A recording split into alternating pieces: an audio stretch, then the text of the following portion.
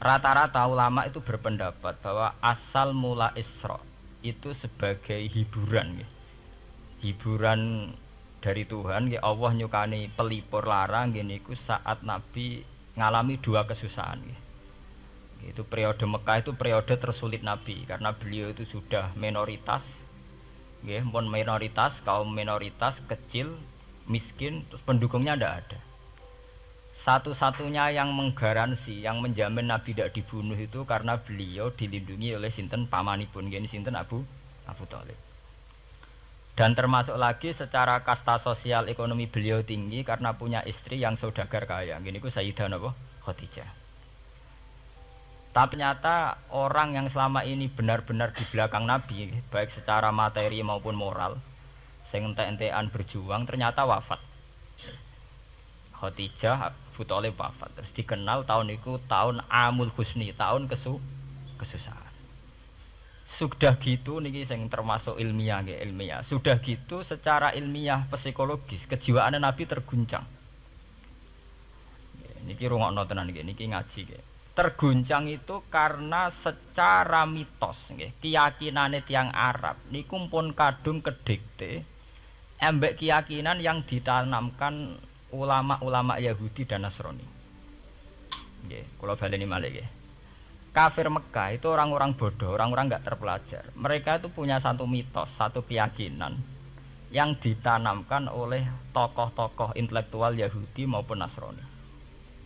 Apa keyakinan itu? Bahwa kenabian itu yang paling mungkin kalau orang itu dari turunan Bani Israel.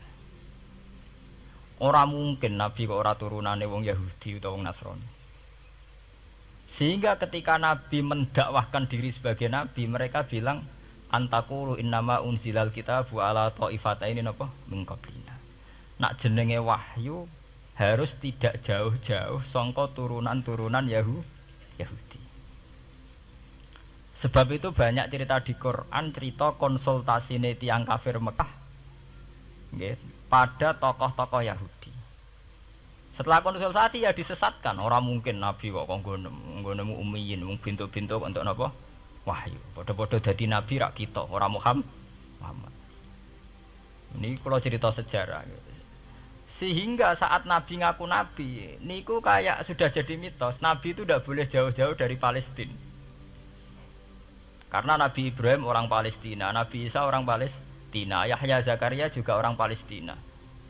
Nabi Musa juga orang Palestina. Semuanya itu tidak jauh-jauh dari komunitas Baitul Aqsa. Ini ku masjid Baitul Maqdis atau Baitul Muqaddas. Lah itu wong kafir pinter. Saking kepengen nyudutno Nabi Muhammad itu sampai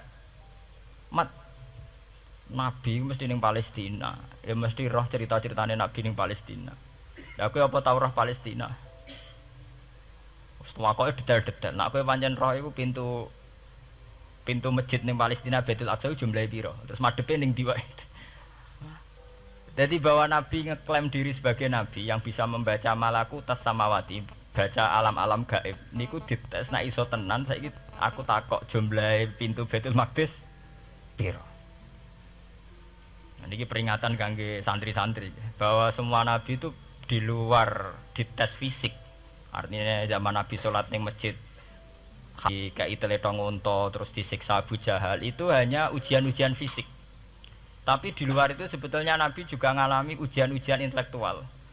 Ya kayak cerita-cerita di hadis sahih, Nabi itu sering didatangi orang Yahudi ditanya, "Mat, saya punya 5 pertanyaan. Yang tahu itu hanya Nabi. Kalau kamu bisa jawab ya Nabi, kalau enggak ya tidak Nabi."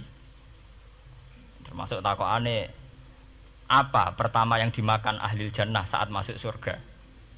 Takokane aneh-aneh. Terus kenapa anak itu kok kadang mirip bapaknya, mirip ibunya? So, takut aneh-aneh. Dan itu berlanjut terus sampai Nabi di periode Madinah. Nah sebab itu Nabi itu secara intelektual itu diasah Tuhan lewat proses Isra. Di mana Nabi saat itu secara fasih bisa menjawab jumlah pintu Masjid Aqsa sekian. Perilaku Nabi Musa begini.